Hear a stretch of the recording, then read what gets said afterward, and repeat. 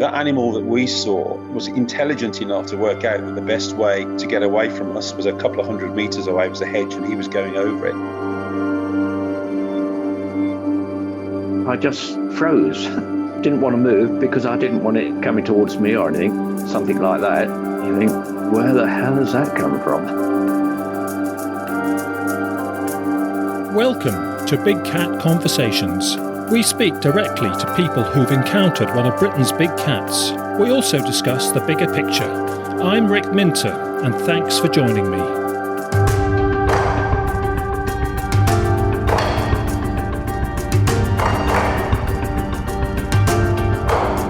For our next guest, I'm pleased to welcome Tristan Cork.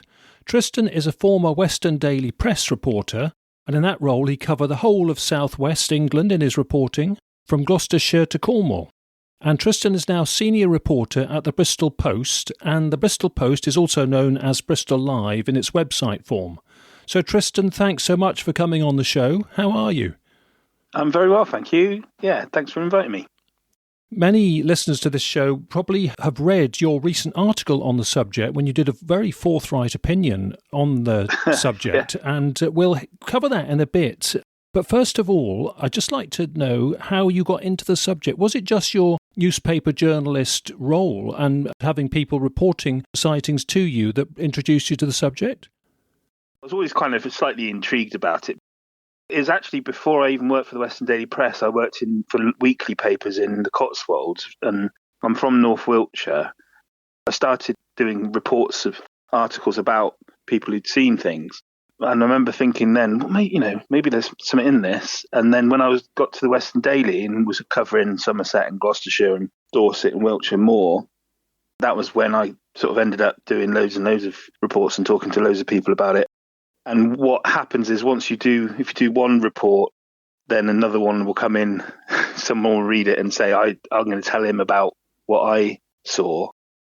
Maybe the important part of that is actually not kind of sensationalizing it or sort of taking the mickey out of the people who've reported it, or you make it so you don't believe it kind of thing. If you actually just write it to say this is what they say happened, then people will come forward and are willing to talk to you about it. There's a trust. They don't feel you've got an agenda, which I think some media people do.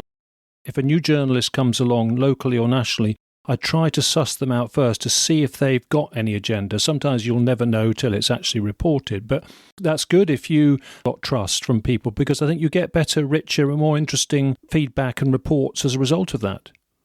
Yeah, absolutely. People who've seen one of these big cats, they already believe it.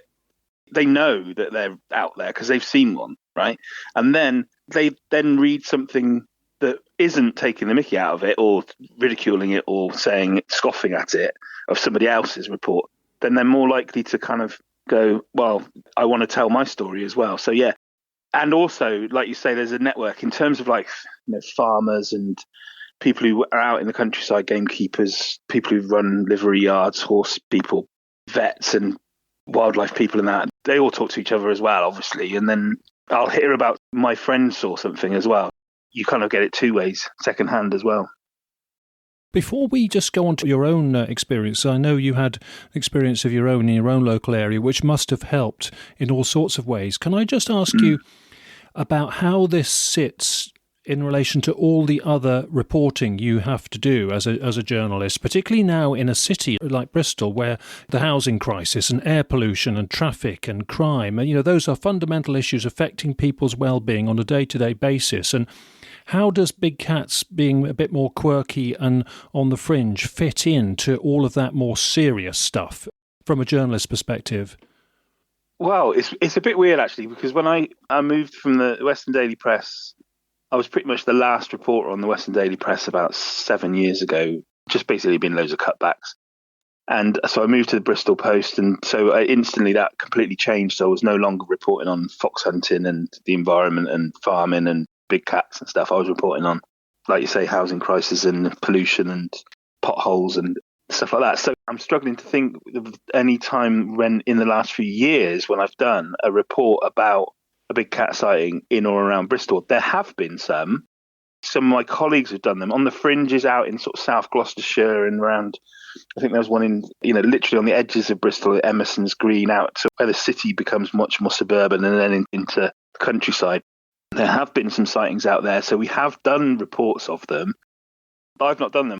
I live in South Bristol, which is a very different part of Bristol to the rest of the city. I don't know if you know Bristol, but I report on South Bristol, so all I'm reporting on is kind of housing problems and crime and stuff like that. So it is actually very different. So I kind of do miss it a bit. But so what actually happened with this article that you were talking about? What happened was we were sort of having a conference and talking through ideas and stuff.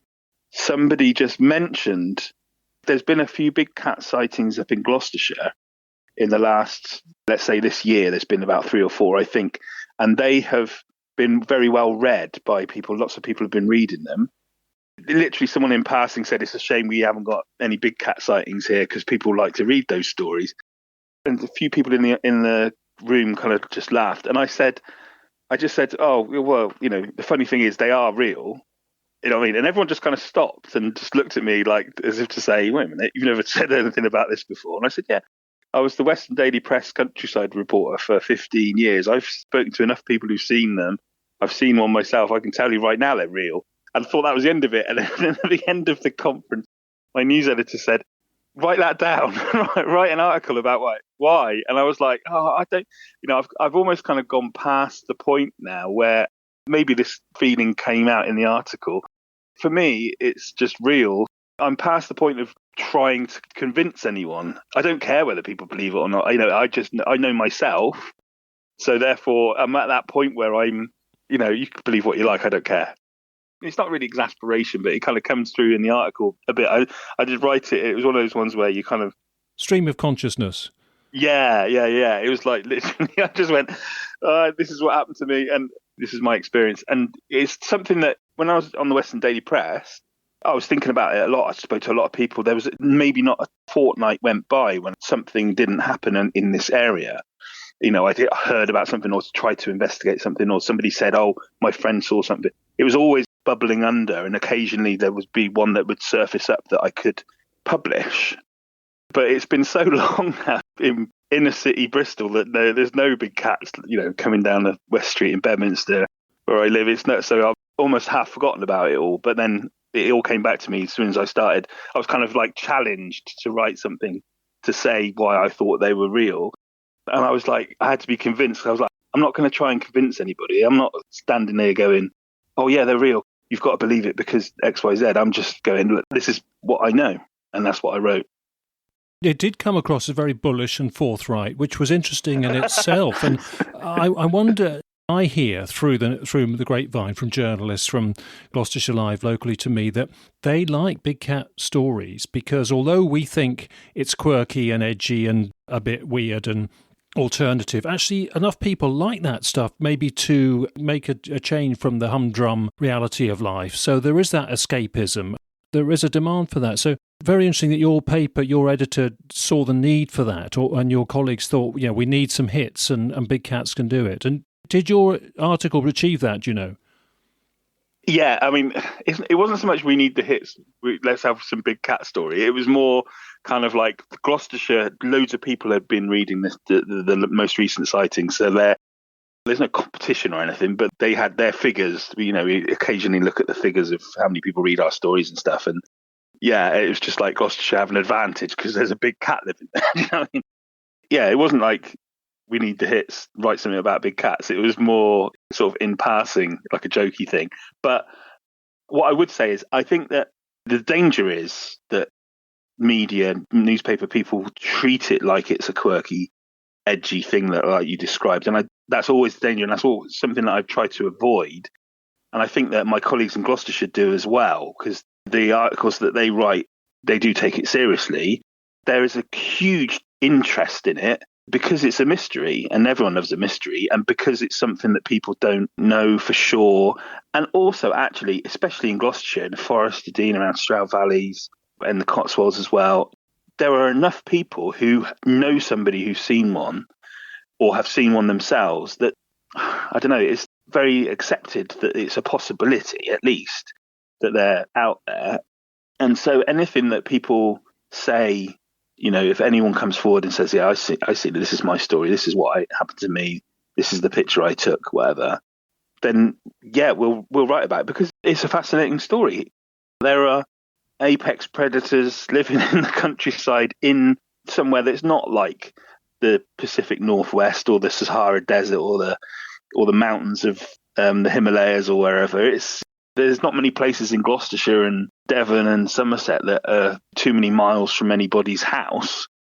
I went up in a hot air balloon. I go up in hot air balloons quite a lot with the balloon fiesta we have down here and stuff, and you end up going out into the countryside. What makes you realise is that there's outside of the towns and cities, a lot of the countryside has nobody living. It's pretty sparsely populated, really. And there's a lot of kind of little woods and stuff, and it's not beyond the realms of possibility that an animal like a big cat can hide. Yes, undisturbed. There is a lack of disturbance in a lot of the landscape. Yeah. Coming back to this thing about it's not really an edgy, quirky subject, when it gets the tabloids, nationally especially, it is seen as clickbait. Do you think that's right? The titles I work for in Bristol and the Gloucestershire ones and pretty much everywhere, the Live brand, Gloucestershire Live, Bristol Live, Somerset Live, they're all owned by the same company that also own the Daily Mirror and the Express and the Daily Star. And so everything we write ends up going there for, it's part of the same. It gets shared out. If there's a story on someone kicking off in a McDonald's and getting filmed, or the complaint of somebody finds something in a packet of hula hoops, who knows what it is, and thousands and thousands and thousands of people are reading it where it happened in Newcastle, you'll see that story on all of the sites because it's one of those sort of quirky stories that people will read wherever it is. It's kind of universal, and local newspapers have always done that. People talk about the spread of media everywhere now, but back in the day, in the Bristol Evening Post in the 1950s had 5 pages of national news. So it's always been like that. I get what you mean about clickbait. We've got to be careful what we mean by clickbait. Most people think clickbait is just a story that is kind of being built up a bit. But for me, clickbait is something very specific. It's something where the headline is something like, you'll never believe this, or look at what happened here. And it literally is baiting you to click on something. And then when you click on it, it's not what they said it's going to be. But a story like a big cat sighting, for me, wherever it is, it's not clickbait, because unless they say something like, I came face to face with a big cat, and then when you read it, it's actually 200 yards away. That's exaggerated. Yeah, over-promising. Clickbait is over-promising. A story isn't clickbait just because of the kind of story it is. It's actually the method of how you present it to start with, and then on social media or wherever, and then it's baiting you to click. So, sorry to get a bit technical there, but I think you're right in the sense that someone in the Sun news desk or the Mirror or wherever up in London, they'll see a big cat story. They don't care where it's from or who it is or who's written it or what it's about. They know there's an interest in it. And the other thing is, we don't write stories and don't care whether people read them or not. Obviously, we want as many people to read them as possible because that's the whole point. What you might be driving at, maybe, and I don't want to put words in your mouth, but what you might be driving at is that reporters are kind of jumping on a possible big cat sighting and building it up to be something that it wasn't, and actually it might not have been a big cat, and There's sometimes a bit of that when somebody's got an iffy paw print or some scratch marks or something which looks too much like a slightly bigger than usual domestic cat or slightly bigger than usual feral cat, and it's still going to make a juicy headline and people might be drawn in. So I think there is a bit of that, yeah. Yeah, I think you're right. I think sometimes less is more on a subject like this, but sometimes there seems to be a sort of saturation of the stories, and they're all mostly pretty weak, but you get the odd gem amongst them. Yeah, that's right. And obviously reporters generally aren't experts on anything they report about. They're not going to be the people who judge. Discriminate. Yeah, occasionally. So I'm talking from the point of view that I actually don't report on big cat sightings anymore. But when I did, it was in the newspaper times, not in internet times. I was writing for a newspaper rather than a website. And there was an occasion when somebody would say, this is what happened to me. And I'm like, I'm not sure it was a big, that's not strong enough. That's not a strong enough story for me to report. Yeah, you're right. That does happen. Actually, For me, when I was reporting, the stories I was told, and then people would go, oh, no, but you can't put that in the newspaper. And I wouldn't. And I reckon probably about 80% of the stories I was told about big cat sightings never made it into the newspaper. Is that because it was sensitive and the land ownership issue was a factor and people didn't want to draw attention to their area? A little bit of that, lots of different reasons. So most people don't want to be named, which is understandable. Especially in those days, we're talking from maybe 1995 when I started to 2015. So that 20 years. It probably is a little bit worse now that the internet never forgets. But back in those days, a lot more people would be fearing getting ridiculed if they came forward and said what they've seen. So they wouldn't want to be named in the first place. And then on top of that, people were worried then that they would be able to be identified. Even if I say, a man who refuses to decline to be named, but the details of the article would actually give it away for people who knew them or something. And then there's a lot of times when it was like paramedics or serving police officers or people in the military, professional people who are out there, and perhaps they didn't want to be what for me would make it a stronger story as well, more robust an encounter, more robust a witness. Actually, it would make it less likely that they would want to say it. But what I found was people were just wanting to tell me. And then when it comes, and I'd be listening for ages, and they'd come to the end of it and they'd go, oh, but you can't put any of that in the paper. So yeah, it was frustrating. But at the same time, I didn't, in a way, mind too much. I was just grateful that they told me in the first place. Do you know what I mean? So it kind of gave me a bigger picture. Yeah, well, that sort of thing genuinely still goes on for curating this podcast. We have people who have got great stories, but they've got some kind of status in their professional world, and they just but they could change their name. But for the same similar reasons, they've declined because it's they're worried about kickback and unintended consequences and potential status impacts, particularly if they're an ecologist or a vet or somebody who's got a lot to lose from being on the platform on this. But even if they are trying to hide their identity, so it still goes on. But I guess it was more acute in the earlier stages of the subject. Yeah, I mean, I'd like to think that people get less ridicule now than they would have done maybe 15 years ago. However, now we're in an internet age where everyone can be anonymous in comment sections and on social media and just ridicule the people there without even, back in the day, you would have to write a letter to the local newspaper to ridicule somebody. Now you can just do it on your phone in the middle of the night and no one knows who you are. I'm full of admiration for anyone who comes forward and says, yeah, I don't mind being named. It's almost getting to the point where sometimes it can be a bit of a red flag in terms of, you sort of say, if someone's completely, are they just doing it for attention? Is this made up? The motivation for it is to get in the paper or get online or something and getting their picture out there. But the vast, vast majority of people who come forward, they've seen something. It's completely changed their outlook about where they live and their community and their land, the land that they live around. Probably before were completely either didn't care or thought it was ridiculous that there was a big cat living in their village or near them. And now they've completely, it's blown their mind a bit seeing it, and they want to tell people and they want to share it. And also a lot of people are actually kind of genuinely worried that, they want to warn people. Quite a few people I've spoken to, they're baffled why the authorities aren't doing, quotes, doing something about it. They can want to alert people to what they think is a public safety issue, but often they're conflicted by the fact they don't want any harm to come to the animal that they're giving away in the first place as well. So you get those other emotions. Yeah. You do get most of those kinds of emotions coming through, and when you don't, you think, hang on, why is this report a bit different? It's not adding up like all the others do. So sometimes when they don't tick all the boxes, you do get a bit suspicious. I did get quite good. I'd like to think I did anyway. Got quite good at working out who was making it up.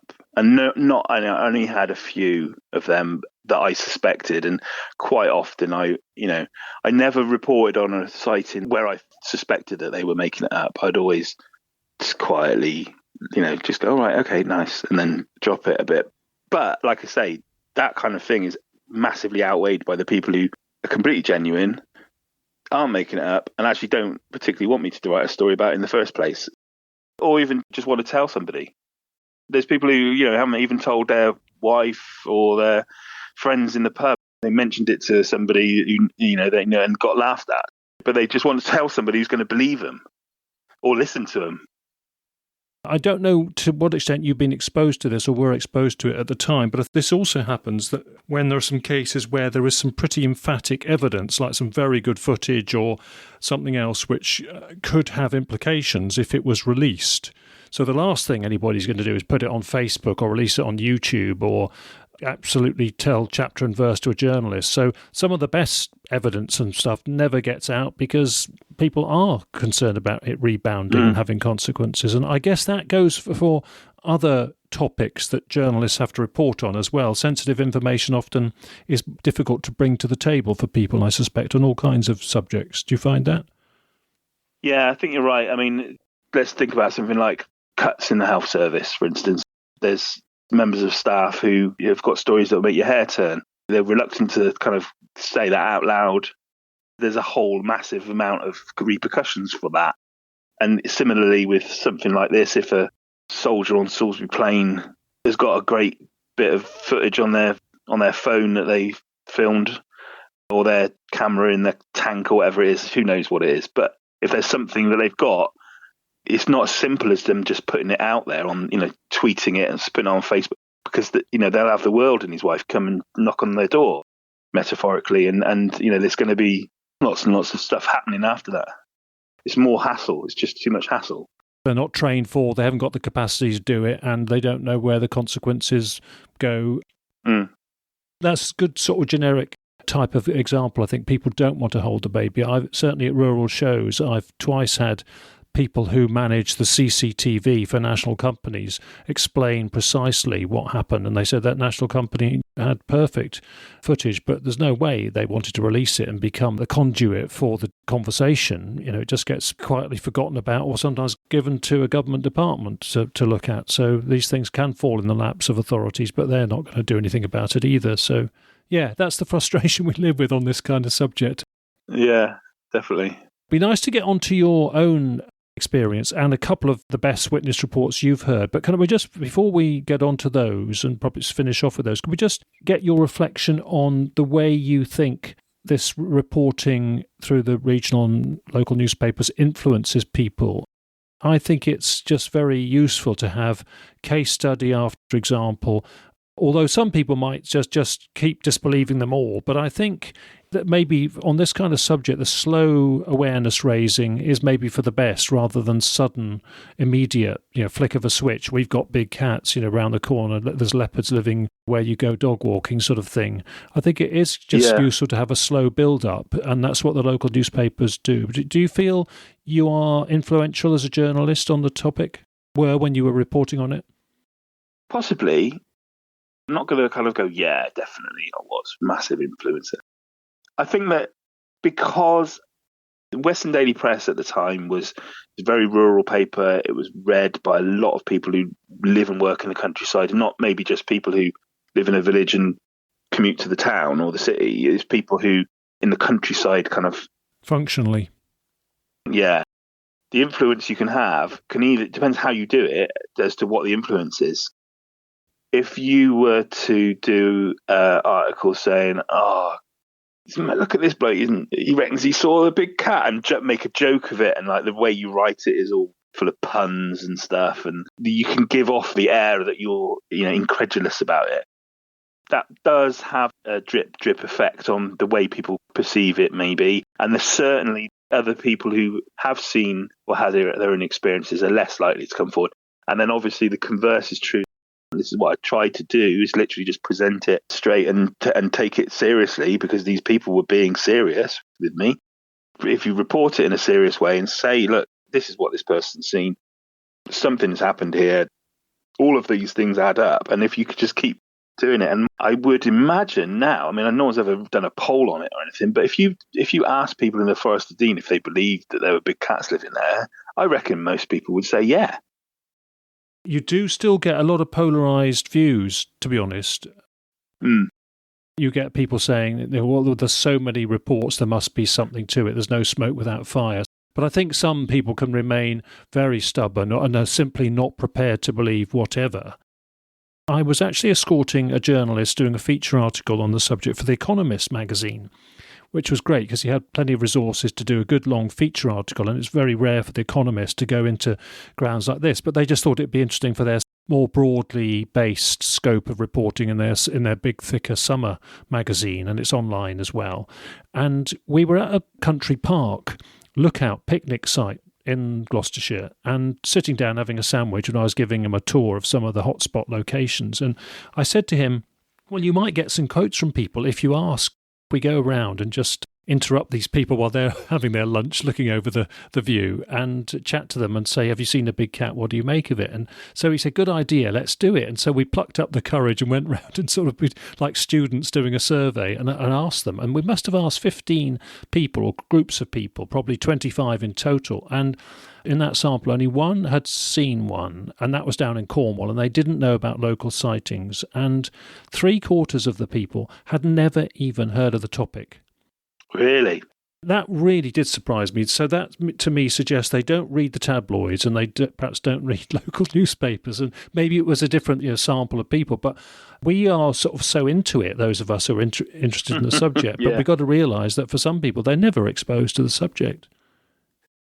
It's good that somebody from The Economist came down, presumably from London. Yes. Most of our media, the TV and national newspapers, are London-based, and they would automatically view anything in the West Country, rural West Country, as being crazy. Everyone's mad. Everyone's, Wurzels and, Yeah, stereotyped. Yeah. In your sample in a beauty spot in Gloucestershire, probably most of those people had come up from the nearest big town. Correct. A lot of them were visitors, actually, you're right. Yeah.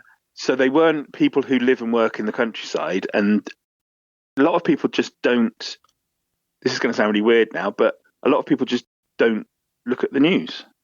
They live their life, go to work, come home, watch telly, don't watch the news on telly, and they don't read a local newspaper anymore. They know what the headlines are, but beyond that, they don't know much. Yeah. Back in the 20th century, everyone read a newspaper. Everyone was interested in what was happening in their local community. And now with, there's so many, because what was there? 3 or 4 channels on the telly, 2 different radio stations they could listen to, and 1 local newspaper and about 6 national newspapers. And that was the extent of the information that they had that they could look at, and, libraries with books. But now the whole, everything anyone has ever thought, or, the sum total of all human knowledge is on your phone. So so everything's completely fractured now. And there'll be people in Cheltenham who know much more about, shellfish in Australia than they do about what's happening at the end of their road. Because we live in echo chambers and we can select the news that we want, and we just pick our own little niche of stuff that interests us. Or not even look at the news at all, in the sense that we are talking about it now with, like, something has happened in Gloucestershire, something's happened in Wiltshire, and, somebody's telling a story about what happened at the end of your road. Are you interested? Are you not even going to look at it? Unless it's a car accident that's going to stop the traffic and block you in for half an hour or something, in which case news does spread. Yeah, absolutely. So, I think we have to be mindful that, a lot of people aren't even interested or don't even know. However, and that was almost like the tone of the article I wrote, which was like, look, I don't care what you think about this. It doesn't matter to me at all whether you believe me or not. This is what I know, and this is why I think they're true. But if that got through to people who haven't even thought about it before, then great. But it wasn't really my mission. I wasn't really on a mission as such. Yeah, it's just the way you framed it. Yeah. And incidentally, I get reports, and I've got friends and contacts who are on the case, investigating and following up, and the edges of Bristol, different directions, do get very credible reports. Yeah. Country parks and, some of the landscape, fringes into the edge of the near residential areas, and it's perfect for a cat. Some of it's less disturbed than you'd imagine. Yeah, definitely. If we could finish up then, perhaps with your own report and your own sighting and encounter first, and then one memorable one that got reported to you in your time reporting. Yeah. I'm from a little town in North Wiltshire called Malmesbury, and at the time that this happened, there was lots of other reports around. It felt like we were in the middle of like a little bit of a hotspot. Whether or not there were always sightings or it was just that they were suddenly all coming to me, I don't know. But actually, it kind of makes sense if I do it the other way around. Okay, sure. The memorable one, this happened the week after. I got a call from some people who lived out in the villages out in North Wiltshire, who said that something had happened, and there was everyone was talking about this thing that happened in this village. So I went out there, spoke to a few people, and the story I got was that a farmer, one of his cows had given birth sort of prematurely in the field at one night. Obviously, he knew this cow was pregnant. Came out in the morning to check on them, and this cow was in distress. It had obviously given birth, and he was like, "Where's the calf?" And he found in the field where the birth had taken place. You saw the evidence on the ground. Thought, wait a minute, where's the calf? And then followed like a kind of intermittent trail of whatever muck was there from this across the field. And he thought, wait a minute, what's going on here? And he went into a hedge and thought, wait a minute, this is not right. I went round the other side of the hedge, it carried on, and then there's like a copse, and the calf had clearly been stillborn because it didn't look like it had been alive. And it was halfway up a tree, probably about 8 foot up a tree. He was able to pull it down, but it was 8 foot up a tree, up a branch of a tree in this copse. And everyone was talking about it because people were going, it was foxes or something. And it was like, can a fox do that? Nobody knew what this was that had done this. I automatically thought, well, it's got to be some kind of large animal. And then that same weekend, so I heard about this on the Monday. It happened, I think, on the Friday night before. Was it partly consumed, the calf? Yeah, I think so. I spoke to the farmer. He didn't really want to talk about it too much. I think he was really still quite shocked. And he kind of like disposed of the calf. And his main retention was his cow, obviously. And he sort of told people. And when I got to him, he confirmed what I had come to me. He said, yeah, that's right. But he didn't really want to talk about it much more. But that same weekend, I was kind of like asking around, and I got to a livery yard, which was kind of like about not too far away, really, on the road, about half a mile away across the fields. And that weekend as well, they had gone in on, I think it was the Saturday morning, and all the horses were going up against the gate right close to the barns. And there was a big, those big sort of circular sand field, they're called menages, aren't they? Yes, sure. Or something, where they do the training round and round. And there was a big cat print right across the middle of it, like literally in a straight line going under the fence. So from the yard, this cat had obviously kind of come in off the road or something through the yard. It's gone straight across the sand, across the circle and across the fields in the direction of this farm where the cow was. So that had happened, and I heard about this kind of like almost too late for it to get it all down and get like proper evidence of photographs and stuff. But I had people telling me, all this happened, and I did report it at the time. But now, we were talking about the stuff going national and things. Mm. This didn't go anywhere after I reported it. No one wanted their names. I didn't have it nailed on evidence, photographs, anything like that. So I think probably maybe the national newspapers didn't even see it. I don't know. It was vague in key areas, which let it down a bit, but there was reasons for that.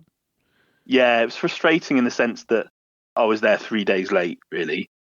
I managed to get enough together to be able to say, look, this is what's happened. So there was other sightings around at the time as well. I remember going out to look at some paw prints that someone said they'd found, and there was like paw prints up against this gate, and they'd obviously dug in and jumped over the gate and gone the other side of it, and that was pretty mad. But then, so what happened with me was, so that was out in a village like 6 miles out of the town where I live, and then a friend of mine said, you're writing about this big cat. There's one, it's in the field opposite So he lived on the edge of the town, and then there's a river at the bottom of his garden, and then there's fields going up a slope away from him. So he's got a lovely view across the valley, and the fields go up. Funnily enough, now it's all been built on, but back then it was just fields, the classic kind of South Cotswold countryside with hedges everywhere and not too big fields, quite small little paddocks and stuff. And he said, I see it. I've seen this like 4 times in the last 2 weeks, just kind of wandering around at dusk. And then he said he woke up one morning really early, took the dog out, and literally looked out the window, and it was right there, right across the other side of the river from him.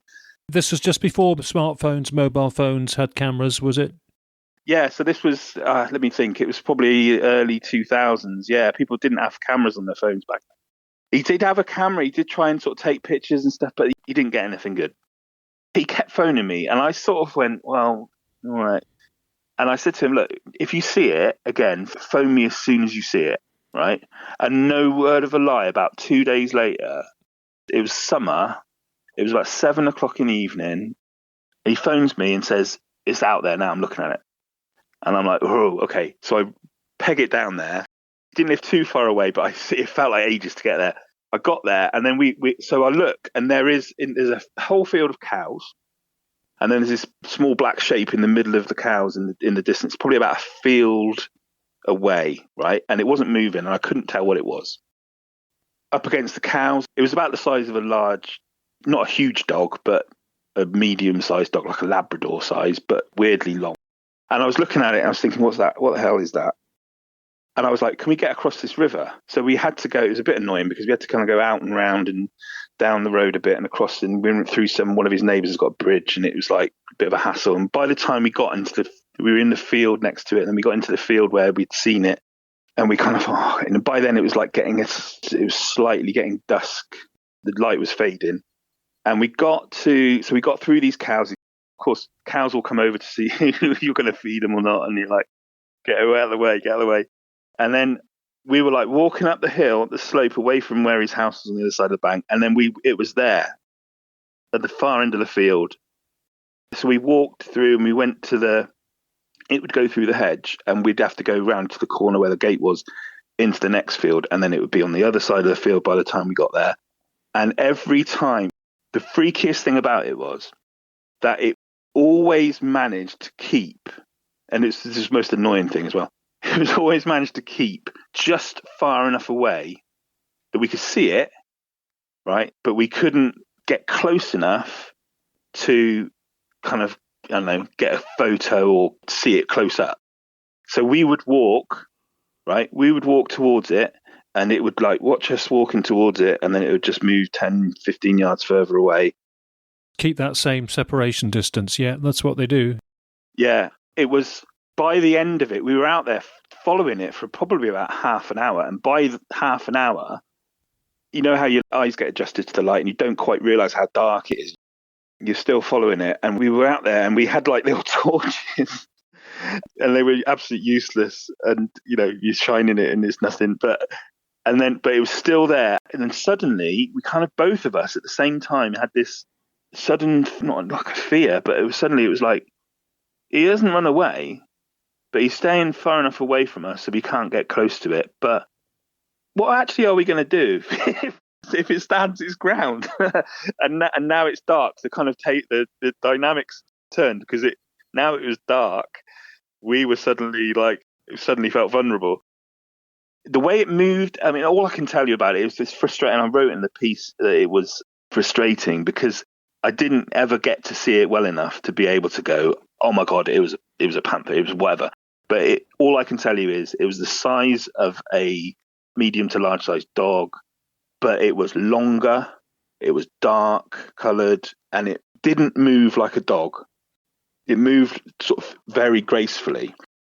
And the other thing that struck me, and I think this was the thought that came over both of us when we were walking towards it and then suddenly thought we better stop, was if it was a dog, right, it would either have just run up to us, because we were sort of calling out to it, right?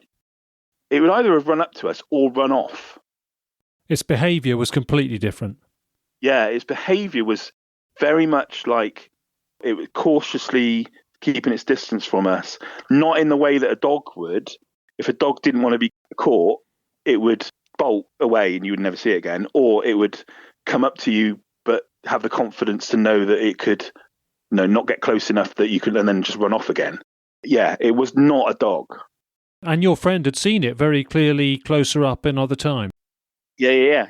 He was much more confident about what it was than I was, because he'd seen it more often than me. So that was my sighting. And then in the end, we just sort of turned around and we actually kind of almost ran away back, because we suddenly realized that the kind of reality dawned on us. And it was like we were stood in the middle of a field.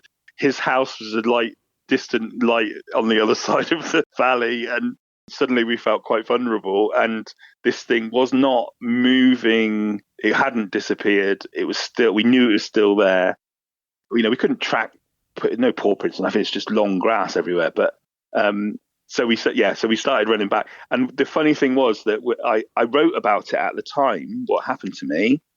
I remember writing this up. And then the very next Sunday, I used to go to the Abbey in Malmesbury and they go to church and stuff. And he won't mind me telling you this now, I'm sure. But quite a very well respected, lovely fella, but he's not the kind of bloke who would joke around as such. Just come up to me really quietly and said, I know you've seen this cat.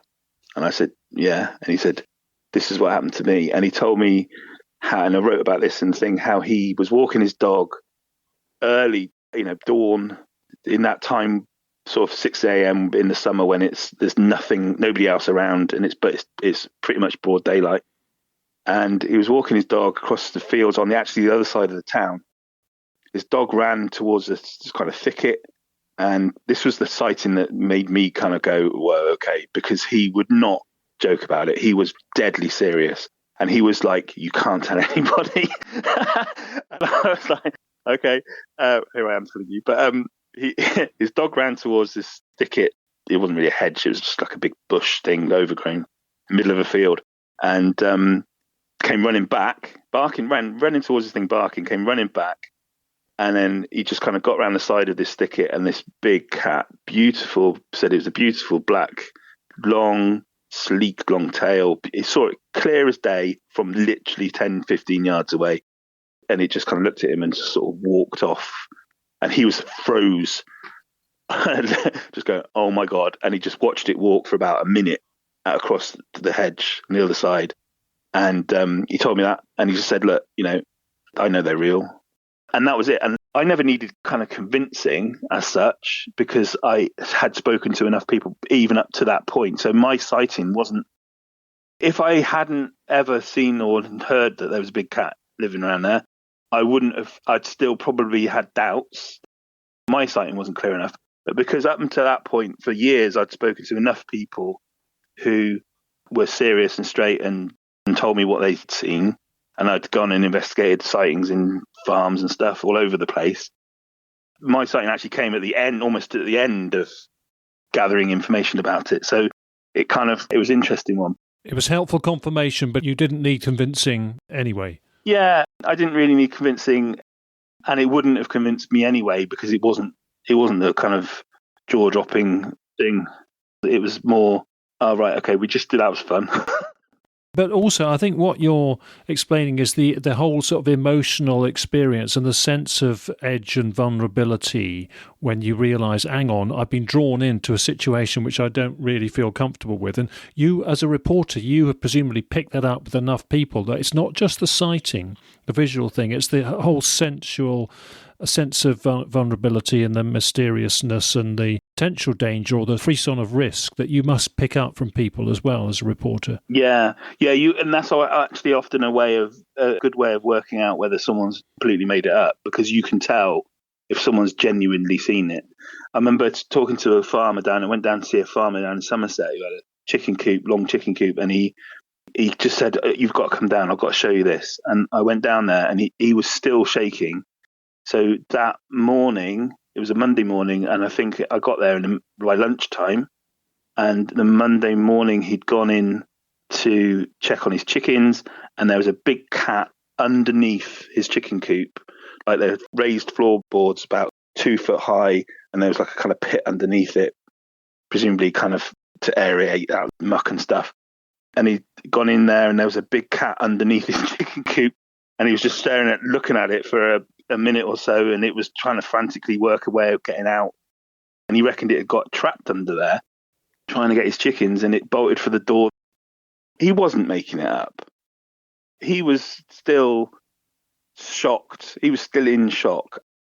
At that point, you don't go, right, so why would you make this up then? He had nothing to gain from spinning a yarn. It wasn't a laugh. He was just like, oh my God, this has just happened to me.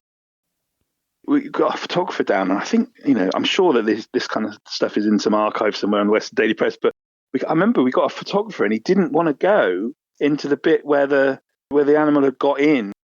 We were like, can we get a photo of you underneath that, look, those big scratch marks? But he was like, I'm a bit shaky about this. He didn't want to go around the back of his chicken coop thinking it was still there. It was still, yeah. So you can tell it completely alters the way people view their own environment around them, I think, when something like this happens to them. I don't know, most sightings I've ever talked to about have literally been, I was driving my car and it shot across the headlights 50 yards away. And that does make people go wobbly and reassess their own place in the world a little bit. But at the same time, in a car, you're in your own little bubble of security. It's not so vulnerable. And something flashing across your headlights, you're like, what was that? Did I see that really? Right? What was it? Was it a dog? You're never quite sure. But there are enough sightings out there of people who've had close encounters who have been fundamentally affected by it. What you're saying also about the picture that's built up for you with all these people with this conviction and these emotional vibes, I picked that up from other reporters and local radio reporters as well. People who've got the experience have had several or many witnesses over the years in their professional experience. They are very loyal to the subject and to the witnesses, and saying very much like you, the majority do seem to be absolutely right because of that conviction and the emotional impact on people, and you just pick it up and sense it. I think that's the benefit of having experience on the topic. If you only sort of just parachute in and just do one or two, you haven't got that sample to range across, whereas somebody like you has seen that many that you do see the consistency. Same with me, obviously, doing what I do on the subject. Yeah, absolutely. And that was one of the things that when we were in the conference, I'm of an age now where I'm the kind of old cove in the corner, really, like the bloke in Jaws, Everyone else is quite young, and Big Cat's got mentioned, and everyone went, oh yeah, right, like that. And I was like the bloke in the corner coming out of the shadows going, no, they're real. That's what made them go, well, write about it then. If you're so convinced, and I'm like, all right, and I bloody well will. You rose to the challenge, yeah. Well, we'll link that article with this edition on our website so people can see it. I expect many listeners have read it already. Nice to have you reflect on it more. Have you had any direct feedback from people? Has anybody emailed you or challenged you on it at all? Have you had any feedback? Do you know what? I almost deliberately haven't really checked, because I know that there'll be loads of people going, what are you on about? And then I've had quite a few emails from people saying, yeah, I've seen some, and a lot of them around Bristol, like you were saying, the country lanes out towards Bath and down on the Mendips and stuff. I've seen something in the car 10 years ago, and I'm like, all right, great. I did make the mistake of checking on Facebook. When we put it on Facebook, on our Facebook page, which has got like 150,000 people follow it, quite a lot of people just commented with the laughing face emoji. But then you could tell the people who'd actually read it. I was mildly encouraged. There was quite a lot of people going, they're tagging one of their friends in it and saying, you saw something, didn't you? Or something like that. So it did get the conversation going.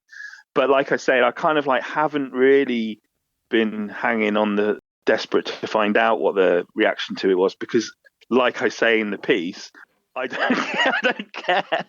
I've had enough. I'm over it. I'm over worrying what other people think about it. There's so many people who won't believe anything until they see it themselves.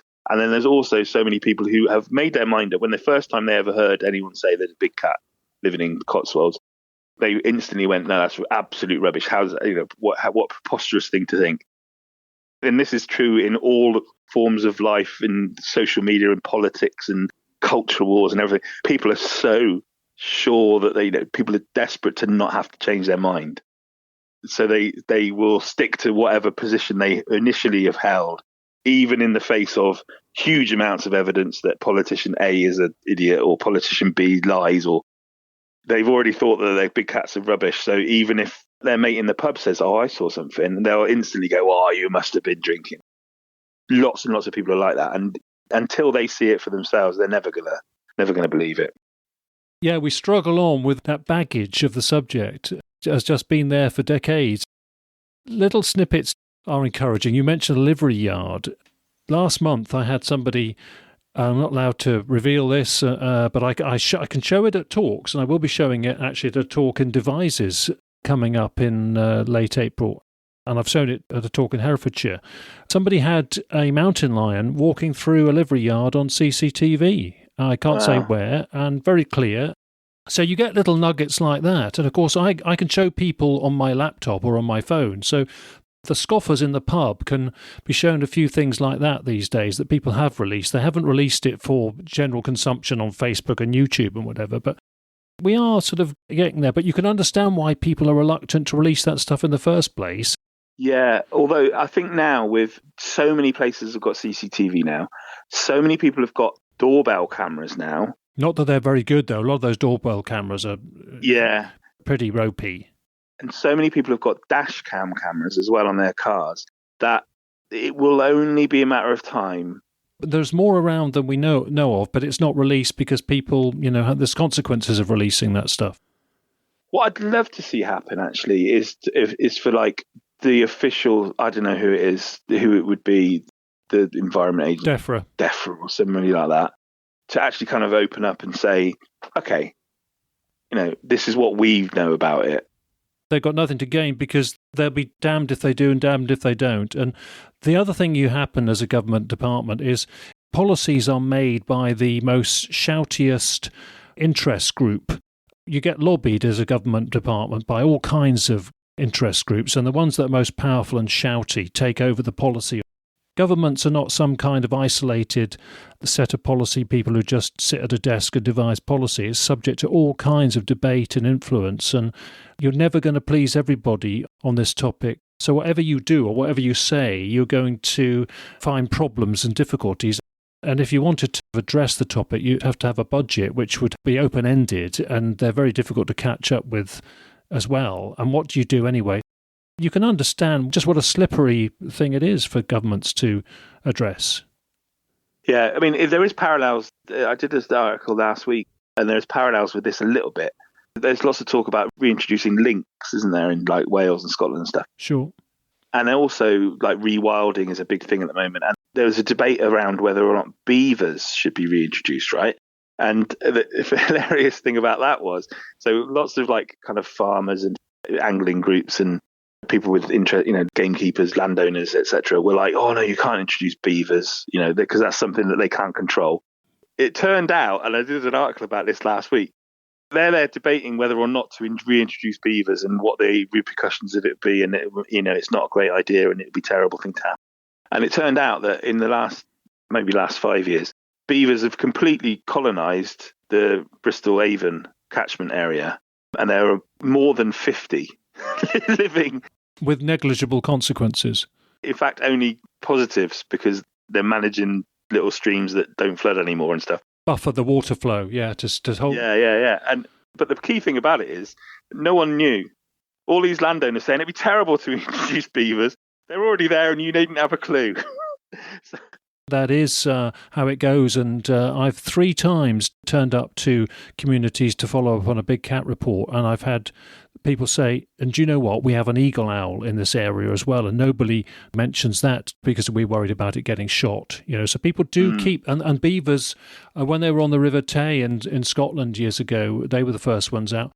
They'd been seen by local people for several years, but people kept it quiet because they felt if we report it, the beavers are going to be done for, and we don't think there's any consequences other than good, beneficial ones. So people, I think, do keep these things, including big cats, quiet, because they feel they can manage it themselves, or they'll blow the whistle if there's a real problem, but otherwise keep it quiet because there's lots of unintended consequences of blabbing about something. So yeah. I think often a good policy for a government is to do nothing, because whatever you do is going to upset things a bit, and it all comes out in the wash anyway. Yeah. I'd be fascinated to know, though. I'd be fascinated to know what the government know. Well, I think things like a bit of CCTV footage and a dead body, occasionally land in the lap of certain staff members in government departments and the police, that happens. They don't go out looking for this. It just happens that, something really emphatic occasionally happens on their watch and they think, oh, this is a bit awkward. And then they look up at what's happened previous times and they just think, oh, right, yeah, it goes in that freezer, or we just keep it quiet. No freedom of information requests are responded to about this. So occasional things happen that are significant but never get reported on. So they're not proactive because they don't need to then say anything about it. Yeah, it's not really a conspiracy as such because they're not. It's not like the X-Files. It's not like there's no one orchestrating a conspiracy. It's just, let's keep this quiet. You're not on the case, so you don't have to say anything. A good example, I have used this on the podcast a couple of times, doing my stand at a rural show, and a ranger from a council came in and he said, I was open-minded about the reports in our area, and he said, I found a half-eaten deer carcass up a tree that was reported. It was half-eaten, just like a large carnivore, like a leopard would do. And he said it did back up the reports, and I had to move it down. And together with the forestry bodies and other staff and other rangers, we discussed it. And with the head of the council and the press office of the council, we discussed it for a week. And we decided we would do absolutely nothing about it because what could we possibly do? We weren't going to spend money on it. We weren't going to announce that there was a potential leopard in the area because we couldn't really follow it up and warden the area as a consequence, and it's too awkward to investigate, too expensive to investigate. So I think that's a good example. Yeah, very tricky. Yeah, absolutely. Well, great to speak to you, Tristan, and it'd be nice if you could get some real examples back on the edge of Bristol to report yourself. Yeah. If anyone's listening to this in the area between Bristol Airport and Hartcliffe, then let me know. Yeah, Tristan will follow up. Yeah, good stuff. I will. Yeah, you will be believed.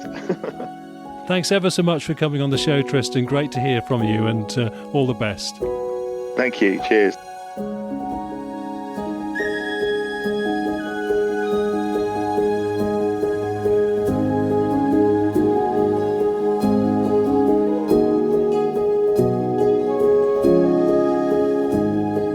It's very useful to speak with a journalist who knows the subject like Tristan, and we have another journalist as our guest in 2 or 3 episodes' time. He will also give us a regional perspective, and again, he's got long experience in reporting on big cats.